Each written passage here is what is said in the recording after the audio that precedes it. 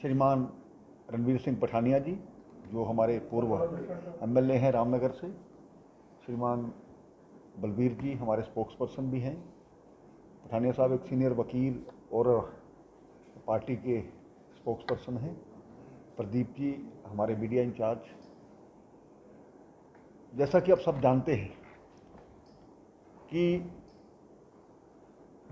9 तारीख को भारतीय जनता पार्टी का प्रतिनिधि मंडल विभिन्न विषयों को लेकर के डिलिमिटेशन कमीशन परिसीमन आयोग के साथ मिला था।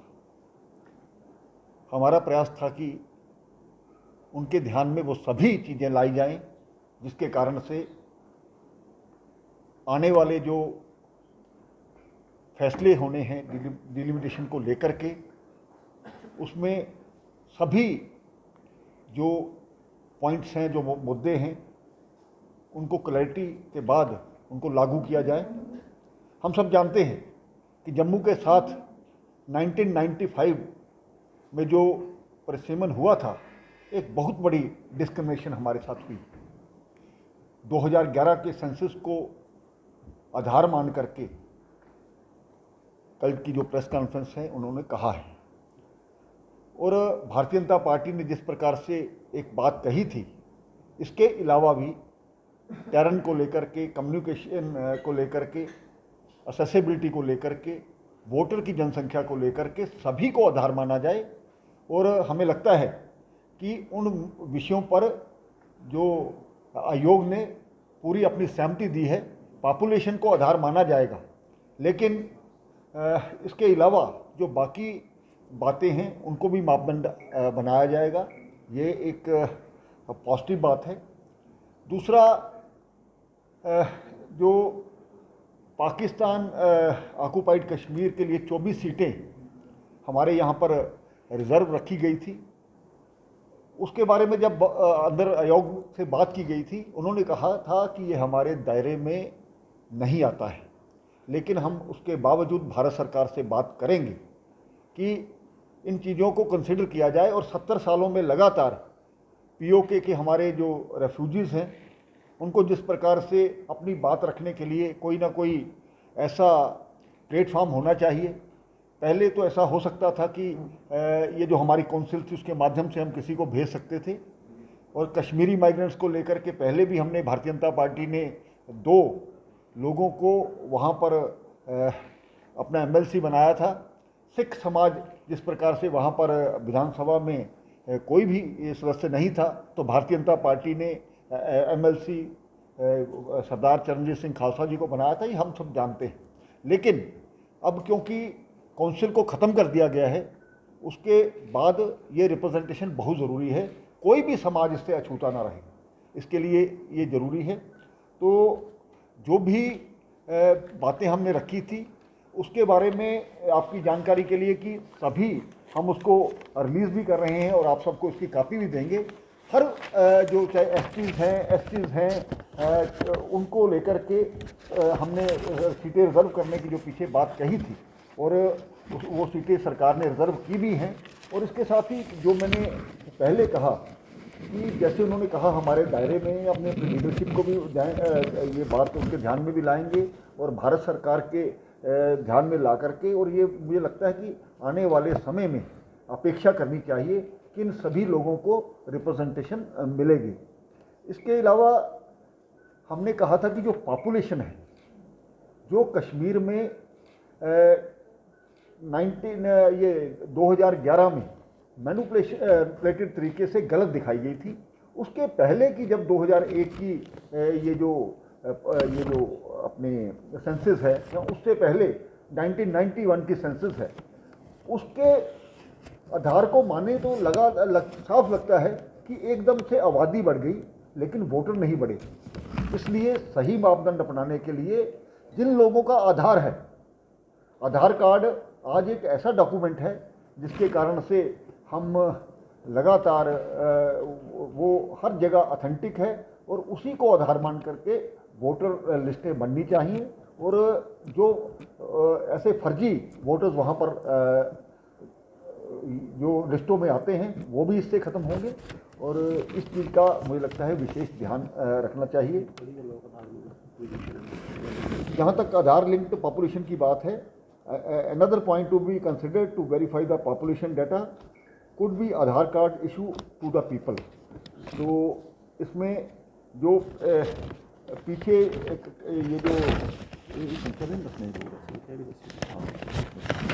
ये जो मैंने पहले 2001 और 2011 की बात कही है, तो इसमें 3 रीजन जो अलग अलग हैं, JNK में कुल मिलाकर के 1,68,486 जो बर्थ हुए हैं, और 2011 में 2,74,000। परसेंटेज जिस प्रकार से बड़ी है वो हम अपने आप से अंदाज़ा लगा सकते हैं कि कहीं ना कहीं इसमें गलत तरीके से मैनिपुलेशन की गई है। जम्मू में पहले थी 79,305, उसके बाद एकदम ये 2011 में 94,640, लेकिन लद्दाख और कश्मीर की ये जम्मू की अपेक्षा में उसको बढ़ा करके दिखाया गया है। इसी तरह से 3 रीजन में जो टोटल बर्थ का शेयर है उसके बारे में भी इसके आगे आपको जब काफ़ी जारी की गई तो उसमें आप सारी जानकारी ले सकते हैं।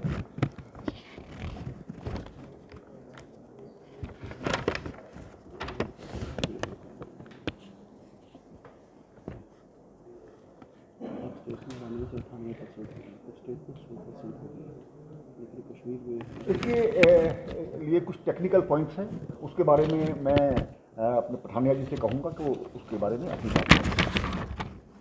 बहुत बहुत शुक्रिया श्रीमान कविंद्र गुप्ता जी, आप सबके ध्यान में ले आएँ कि कहीं न कहीं एक परसेप्शन बनाने की कोशिश की जा रही है। जैसे माननीय गुप्ता जी ने कहा कि सिर्फ जनगणना, लेकिन कल कमीशन ने भी इसे अफर्म किया है।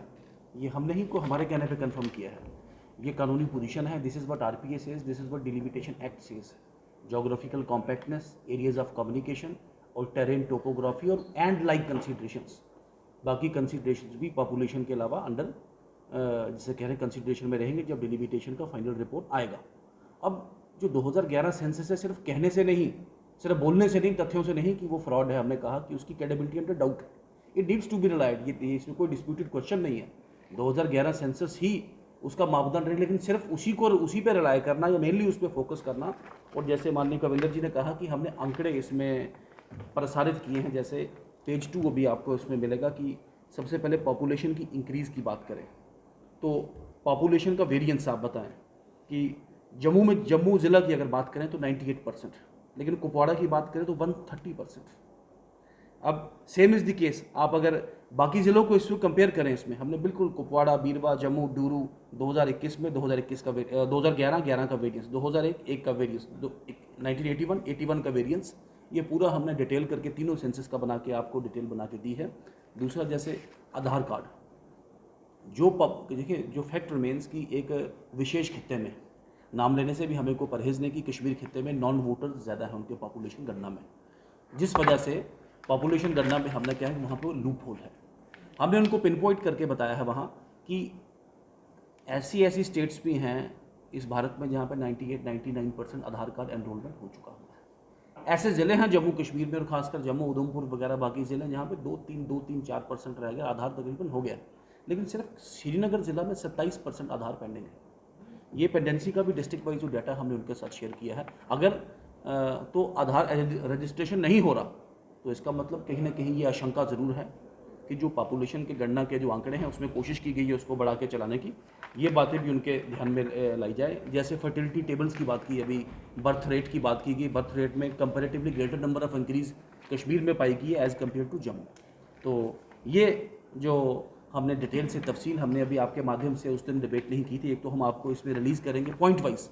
ये हमने पूरा हमारा जो ये डॉक्यूमेंट है जो हमने डिलिमिटेशन कमीशन को सबमिट किया, और जैसे कहा कि पहाड़ियों को रिजर्वेशन, एससीज़ को रिजर्वेशन, एसटीज़ को रिजर्वेशन, या POJK की सीट्स डीफ्रीज करके हर our point is that every area, every pocket and every unrepresented ethnic group should get a voice in the next assembly. उनको आवाज़ मिलना ज़रूरी है विधानसभा में।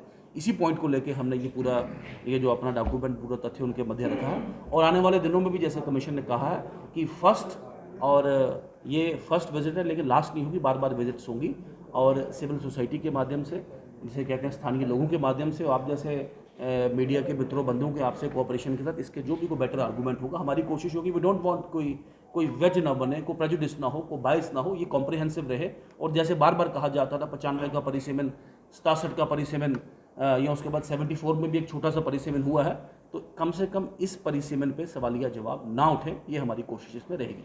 इसी लिमिटेड पॉइंट के लिए हमने आज आपको आज का जो ये इन्विटेशन दिया था, आपका बहुत बहुत शुक्रिया, बहुत बहुत धन्यवाद। बड़े ब्रीफ में, संक्षिप्त में अगर कविंदर जी यहाँ वेरी शॉर्ट को वन लाइन अगर किसी की क्वेरी हो तो पुट कर सकते हैं। कविंदर जी, पीडीपी के जो नेता हैं फिरदौस साहब, उनसे हमने बात की, वो कह रही है कि कमीशन जो पूरी तरह से सुनियोजित तरीके से, वो बयान आप जानते हैं, लेकिन वो कह रहे हैं कि इसमें डेमोक्रेसी स्ट्रेंथन नहीं होगी। आपको किस लिहाज से लगता है कि ये नेता इस पर भी राजनीति कर रहे हैं? देखिए, इसके पीछे ना तो कोई लॉजिक है बात करने के पीछे। 24 जून को प्रधानमंत्री जी के साथ जो चर्चा हुई, जो बैठक हुई, उसमें सभी पार्टियों ने और प्रधानमंत्री ने सबसे पहले कहा आप कुछ भी कह सकते हैं, और उस बैठक का हिस्सा मैं भी था। तो उनकी पीडीपी की जो अध्यक्षा है महबूबा जी, उन्होंने अपनी बात कही और डिलिमिटेशन आयोग के बनाए जाने का स्वागत भी किया, और ये भी कहा कि वो अपने सही ढंग से काम करे। और अभी वो लोगों की बात जानने के लिए, पॉलिटिकल पार्टी की बात जानने के लिए, अपने जो सिविल सोसाइटी की बात जानने के लिए आए हैं। तो मुझे लगता है कि एक राजनीतिक पार्टी होने के नाते हम बाद में ये ना कहें कि हमारी बात नहीं सुनी गई। सभी पार्टियों ने अपनी बात रखी है। तो मुझे लगता है कहीं ना कहीं इसके पीछे एजेंडा कोई और हो सकता है ना मिलने का, क्योंकि कुछ लोग किसी देश के इशारे पर काम करते हैं, कुछ लोगों का मोटिव कुछ और रहता है। तो अदरवाइज अगर वो जाकर के उधर बात करते तो ज़्यादा अच्छा लगता। दिल्ली में अलग चेहरा और जम्मू कश्मीर में अलग चेहरा, ये कौन सा दोहरा मापदंड है? देखिए, गलत है। लोगों की जो जन भावना है, पॉलिटिकल पार्टीज़ को उसको आगे बढ़ाने की ज़रूरत है, और मुझे लगता है कि पीडीपी ने इस मौके को खोया है, और बाद में किसी को इल्ज़ाम देना गलत होगा। और जिस प्रकार से सभी पार्टियों ने अपनी बात रखी है, जो किसी को सूट करता है, अगर जो मेन पार्टीज़ हैं, चाहे वो कश्मीर की हैं, चाहे जम्मू की हैं, और जो हमारे छोटे छोटे ग्रुप्स, और 289 लोगों से जो मुझे जानकारी मिली है, उन्होंने बातचीत की है, तो नेचुरली इसका रिज़ल्ट सभी की बातों में बड़े ध्यान से और पूरा समय भी दिया गया है। और जैसे पठानिया जी ने बताया, उन्होंने कहा है ये फर्स्ट टाइम नहीं होगा, इसके बाद और भी बाद में वो पब्लिक डोमेन में लाया जाएगा, अपनी सजेशंस भी हम रखेंगे। उन सारी चीज़ों से ये क्लियर हो जाता है। मुझे लगता है कि पीडीपी ने, खैर उनका मामला है, लेकिन उनको वो मिलना चाहते तो ज़्यादा अच्छा होता। पठानिया जी, मेरा सवाल आपसे है, दो मुख्य चीजें जो है, दो मुख्य बिंदु निकल के सामने आ रहे हैं। पहला 2011 के सेंसस पे जो है वो डिलिमिटेशन होगा, और उसके कई मापदंड जो है आपने भी बताए होंगे, मगर मैक्सिमम जो है 2011 का सेंसस जो है वो नजर में रखा जाएगा। वो भाजपा खुद मानती है कि वो फर्स्ट था, उसमें कई सारी जो क्रेडिबिलिटी पे सवाल उठा है। दूसरा, पीओजेकी की जो सीट्स को लेकर जो आपने एक मांग रखी है, आपको नहीं लगता ये इलॉजिकल मांग है? क्योंकि डिलिमिटेशन कमीशन के पास इस तरह की कोई भी पावर नहीं है, उनके पास इस तरह का कोई भी डोमेन नहीं है जिसमें वो इन 24 सीटों को डीफ्रीज करके, या इसमें से 1/3 सीटों को डीफ्रीज करके जो है वो मुख्य धारा बना सकते हैं। आपने दो सवाल पुट किए हैं। एक तो मैं नहीं कहता, ये कानून कहता है, दी लास्ट सेंसस प्रीसीडिंग डिलिमिटेशन, वो मापदंड रहता है हर एक डिलिमिटेशन प्रक्रिया का। और दूसरा जो आपने कहा, कविंदर जी ने बिल्कुल ऑनेस्टली आपके सामने एडमिट किया है कि कमीशन ने हमें भी कहा कि ये उनका डोमेन उनके टर्म्स ऑफ रेफरेंस में नहीं है। Now I put you to another question, कि इससे पहले जब, जिसे कहते हैं ना, तो जब कानून नहीं हुआ, जब संविधान नहीं था, या जब ये पीनल कोड्स नहीं हुआ करते थे, जब कोई एक्ट कानून नहीं था, तब भी तो अदालत चलती थी ना। तब कौन सा कानून था? जिसे कहते हैं equity, justice and good conscious, इसे कहा गया है। एरिस्टोटल ने अपने उसमें philosophical equity, justice and good conscious. Delimitation का पर्पज़ है राजनीतिक न्याय करना, पॉलिटिकल जस्टिस करना। किसी कानून को जिसे कहते हैं उसके दायरे में फंस गए, इंसाफ वो कर ना पाए, तो बेसिक प्रायोरिटी उनके लिए रहेगी पॉलिटिकल जस्टिस करना, हर एक खित्ते के लिए, हर एक क्षेत्र के लिए, हर एक अनरिप्रेजेंटेड एथनिक ग्रुप के लिए।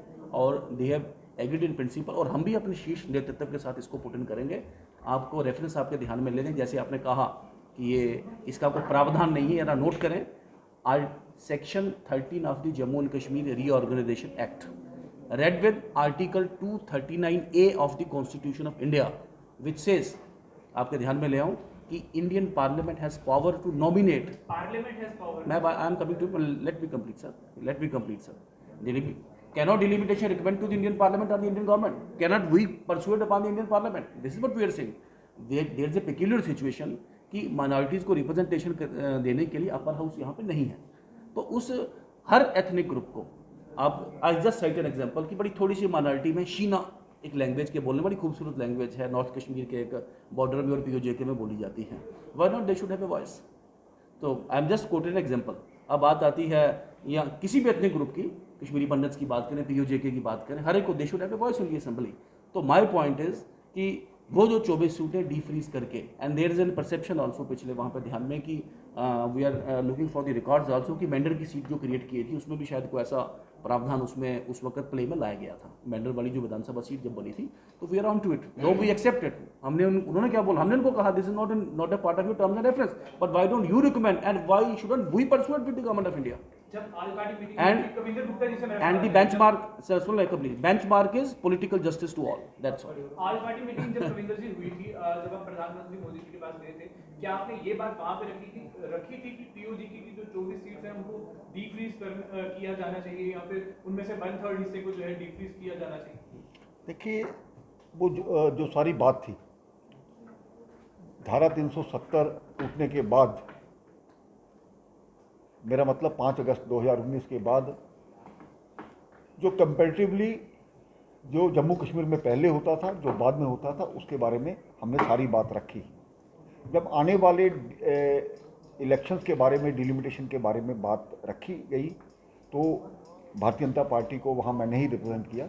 उसमें सारी चीज़ें ये थी कि आज जो अधिकार मिले हैं वेस्ट पाकिस्तान रेफ्यूजीज़ को, उसके कारण से कि 5 अगस्त 2019 को धारा 370 टूटी, गोरखा समाज, वाल्मीकि समाज, उनकी भी रिप्रेजेंटेशन वहाँ पर गई थी। और मैं ये भी बताना चाहता हूँ कि ये भी बात की गई कि आने वाले समय में जो हमारे POK, खास करके मैं सभी POK के जो हमारे लीडर्स हैं उनसे बात करके वहाँ पर गया था और ये बात रखी गई, उनको भी कहीं ना कहीं एडजस्टमेंट होनी चाहिए, ऐसी बात पहले भी थी। ठीक है मेरे ख्याल से फिर, हाँ जी।